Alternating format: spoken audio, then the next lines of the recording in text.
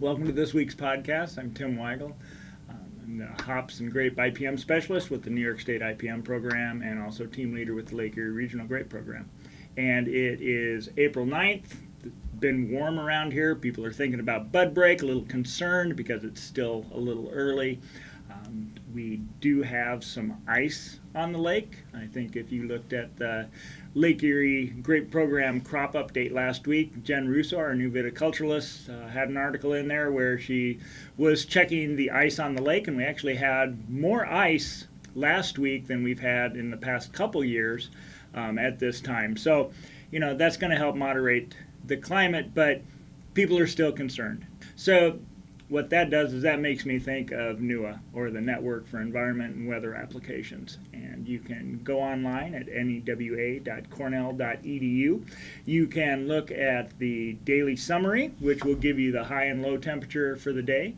Or you can actually go in and look at hourly weather. So you can see what the temperatures were, what it got down to, how low it stayed, or how many hours it stayed at that low temperature. And right now, like I said, I think we're still in pretty good shape. We don't have to worry about bud break being imminent, but it does make us think about the growing season. So thinking about the growing season, NEWA plays a big part in the disease and insect management strategies, as well as, like I said, looking at how low did the temperature go? Did we have a problem with some freezes or spring frosts? So a lot of people don't want to take the time to visit the website every day. There's another way to do that, and it is what we call eNEWA. And it's a daily email that comes out.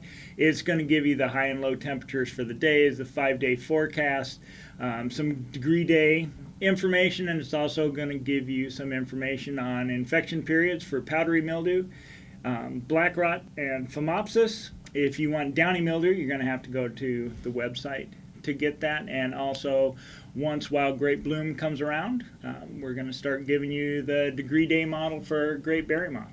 So with that, you can either sit down at your computer, you can pull out your smartphone, you can read your email. It's basically an email. You decide which station or stations you want.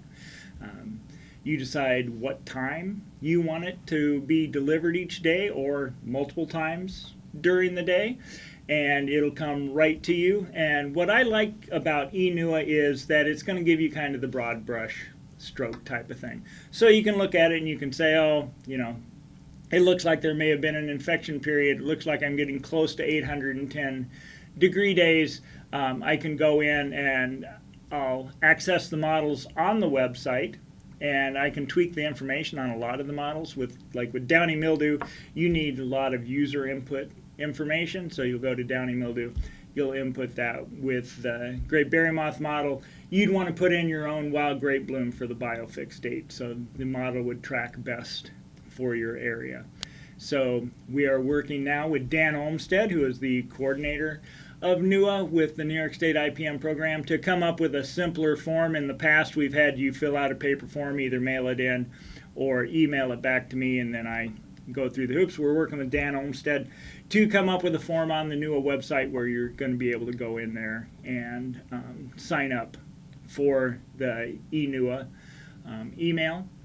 So keep your eye open. We're going to have information posted on the Lake Erie Regional Grape Program website, and it'll also be in the newsletters of your favorite regional grape program. So stay tuned. And if you have any questions, if you have suggestions for future podcasts, please put it in the comment sections below.